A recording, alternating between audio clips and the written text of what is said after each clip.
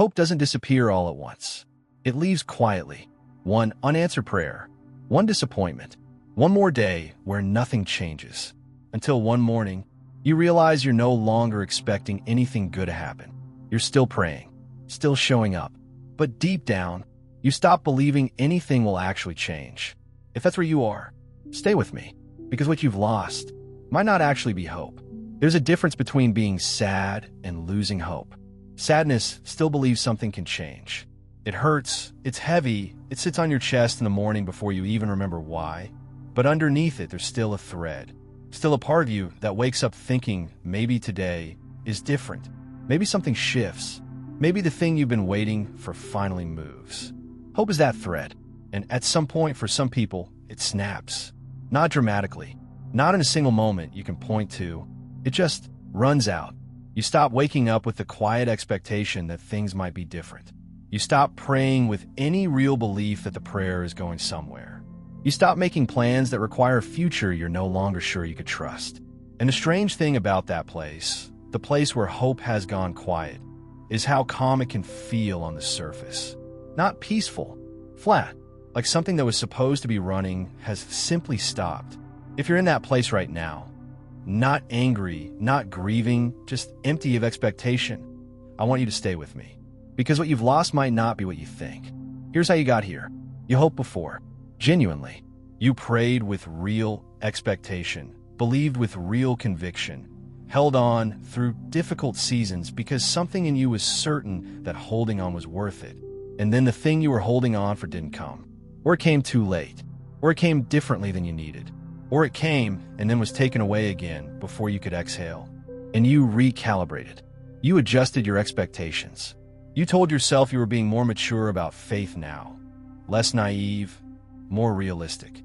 But what you were actually doing was protecting yourself. Because hoping again felt like setting yourself up for the same fall. So the prayers got shorter. The asking got quieter. The part of you that used to reach forward into the future with some expectation started keeping its hands closer to its chest. And now you're here. Not because you stopped believing in God, but because believing stopped feeling safe. Not bitter, necessarily. Not even angry at God. Just done expecting.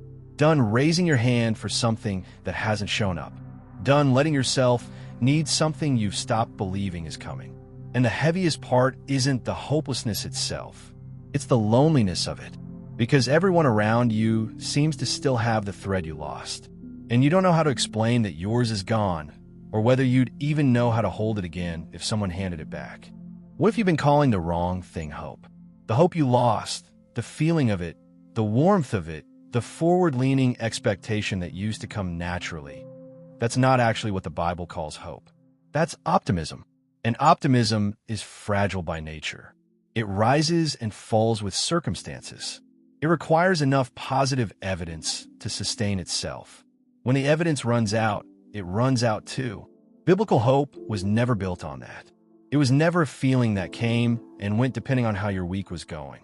The writer of Hebrews describes hope as an anchor, not a sail, not a feeling of wind at your back, not the warmth of a sunny day on the water. An anchor.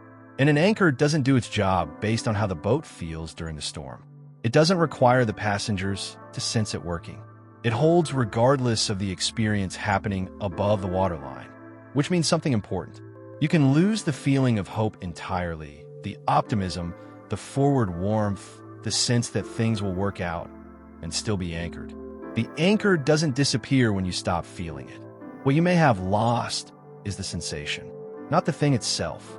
Those are not the same loss, and that difference matters more than you know right now. Think about what an anchor actually does. It doesn't make the storm stop. It doesn't calm the water or steady the deck or make the experience of being on the boat any less terrifying in the moment. It just holds. Invisibly below the surface in the dark, it holds. The passengers can be seasick, exhausted, convinced the ship is going down, and the anchor is still doing exactly what it was designed to do, completely unaffected by how anyone on board is feeling about it. Anchors aren't built for calm water. They're built for storms. Hebrews 6 verse 19 calls hope exactly that. We have this hope as an anchor for the soul, firm and secure. Firm and secure. Not firm and secure when you feel it. Not firm and secure on good days. Firm and secure. Full stop. And then there's Job, a man who lost everything. His family, his health, his livelihood, his sense that the world operated by any principle of fairness or justice. A man who sat in the ash heap and said out loud that he wished he'd never been born. He didn't perform hope. He didn't pretend the feeling was there when it wasn't. He said exactly what he felt. The darkness, the confusion, the silence from heaven that felt indistinguishable from abandonment. And God never once called that faithlessness. He let Job speak. He stayed present through every word of it. And at the end, not at the beginning, not when Job cleaned himself up and started sounding more faithful, at the end of all that honest darkness, God restored him. The anchor held through all of it, even when Job couldn't feel it, even when he was convinced it wasn't there. It held.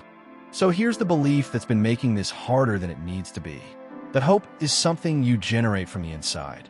That it's a spiritual muscle. And if yours is given out, it means you haven't been working it hard enough. Or you let it atrophy during a season you should have been stronger, or your faith simply isn't deep enough to sustain it under real pressure. That belief turns hopelessness into a character indictment. And it's wrong. Hope, in the biblical sense, was never something you produced. That's why exhausted people can still have hope. Because hope isn't powered by your emotions. It was always something you're attached to. The anchor doesn't come from you. You don't manufacture it through spiritual effort or positive thinking or choosing to believe harder on the days when nothing in your circumstances gives you reason to. It was set before you arrived at this storm. It will hold after this storm passes. Your job was never to feel it constantly. Your job is simply to stay in the boat. And here's the practical reframe for where you are right now. You don't have to find hope again. You have to find something smaller. Just enough honesty to say out loud that you've lost the feeling of it, and just enough trust to believe that the anchor doesn't need your emotional confirmation to keep doing its job. Job didn't perform faith in the ash heap. He told the truth about where he was. And that truth, spoken directly, without pretense, was enough. You don't need to feel anchored right now. You just need to stop believing that what you feel determines whether you are. So let me say this as plainly as I can. You are not a person without hope. You are a person who has lost the feeling of it. And those are not the same thing, even though right now they feel identical. The flatness you're carrying, the absence of forward expectation, the way the future stopped feeling like somewhere worth reaching toward. That's real. I'm not going to minimize it. But it is not the final word on what's holding you. You didn't anchor yourself. You were anchored before this season started, before the thing that hollowed you out happened, before the hoping wore thin and the thread snapped. And an anchor set by someone else doesn't come loose just because you stop believing in it. You are still held, not because you've maintained enough faith to deserve it, not because you've managed your grief correctly or kept showing up to the right places with the right posture, because the one who set the anchor hasn't moved. Job was held in the ash heap, not after it, in it. At his lowest, most faithless sounding, most honest moment, still held. That same holding is where you are right now. Even in the flatness, even in the silence, even on the days when hope feels like a word that belongs to other people in other seasons that you can't quite imagine for yourself anymore. You are still anchored, still held, still in the story, even in the chapter that feels like nothing is happening. Before you go, just one thing. In the comments, write these 2 words. Still anchored, not because you feel it, not because the storm has passed, or the deck has steadied, or the future has started looking like somewhere you can trust again. Write it because it's true, whether you feel it or not. And sometimes the most important thing a person in the ash heap can do is say one true thing out loud. Just one. That's enough. Here's what I want to leave you with. Hope doesn't ask you to feel it to function. It asks you to stay, to not jump ship in the middle of the storm because the anchor is invisible and the water is rough and nothing above the surface gives you any reason to believe something is holding beneath it. Stay, not because it's easy, not because the feeling will return by morning, but because the anchor was never dependent on your experience of it. Job stayed in the ash heap, telling the truth about every dark thing he felt, and he was held through all of it. You can do the same. Tell the truth about where you are. Stop pretending the feeling is there when it isn't. Bring the emptiness itself to the one who sits with people in ash heaps and doesn't leave. That's not a small thing. That's faith in its most honest form. If this reached you today, share it with someone whose hope has gone quiet. They need to know the anchor holds even when you can't feel it. And to you, still here at the end, you haven't drifted as far as it feels. The anchor is still set. You are still held. Hope didn't disappear. It just went deeper than your feelings could reach.